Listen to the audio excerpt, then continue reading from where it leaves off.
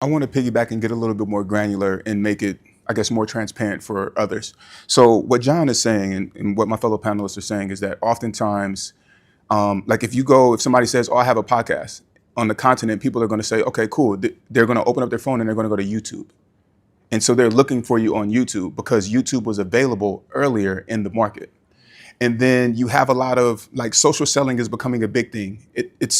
It boomed in China a long time ago with Alibaba and Taobao in the earlier days. But now this is a thing where, if you're looking for something, people are using TikTok and Instagram to sell and have their shops versus, having a website and all of these other things.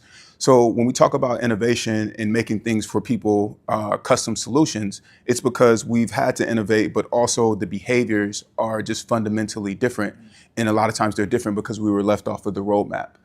And so in that, we have to be very cautious, for those, like I'm African-American living on the continent of Africa, but even trying to get into the working economy and think of things and navigate that, I couldn't bring my Western way of doing things into existing in these different types of markets and with this type of consumer and professional, so on and so forth. And so as those of us who are from the Western world are looking and turning our eyes towards Africa, we need to be very cautious of the biases that we may or may not have and the behaviors in which we may try to instill that will not work.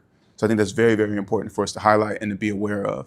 And I think what's interesting as well is a lot of us have experience on our panel being in the West as well as being in the continent. So we're all navigating this in some way, some form or fashion, right? To say the least. Create your life. Create your life.